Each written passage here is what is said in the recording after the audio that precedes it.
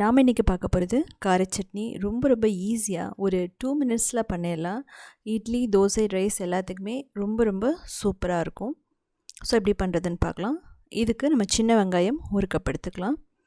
அதுக்கப்புறம் பூண்டு, அதுக்கப்புறம் தக்காளி, வரமிளகாய் கொஞ்சம் அதிகமாக போட்டுக்கலாம், புளி, உப்பு தேவையான அளவு, இதெல்லாம் போட்டுட்டு தண்ணி ஊற்றாமல் நல்லா அரைச்சிக்கணும். ஸோ நமக்கு ரெடி ஆகிடுச்சு. ஸோ இந்த மாதிரி இருந்தால் ஓகே. அதுக்கப்புறம் நல்லெண்ணெய் ஊற்றிட்டு நம்ம கடுகு, கருவேப்பிலை, பெருங்காயம் இவ்வளோ தான் இதுக்கு தேவைப்படும். போட்டுட்டு கடுகு நல்லா பொரிஞ்சதுக்கப்புறம் நம்ம கருவேப்பிலை போடுவோம்.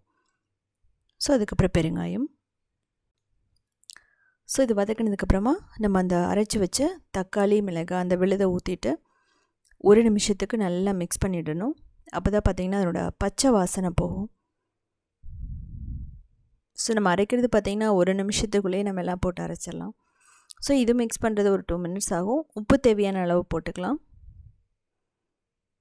ஸோ ஓரளவுக்கு நல்லா அந்த பச்சை வாசனை போனதுக்கப்புறமா நீங்கள் இதை எடுத்துடலாம். இது பார்த்திங்கன்னா ஃப்ரிட்ஜில் ஸ்டோர் பண்ணிக்கலாம். ஒரு 3-4 நாளைக்கு ரொம்ப சூப்பராக இருக்கும்.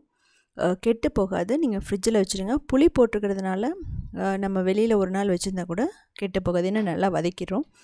ஸோ செஞ்சு பார்த்துட்டு எப்படி இருந்துச்சுன்னு சொல்லிவிட்டு கமெண்ட் பண்ணுங்கள். இதுக்கு தேவையான பொருட்கள் நான் முன்னாடியே கொடுத்துருக்கேன், நீங்கள் பார்த்துக்கலாம்.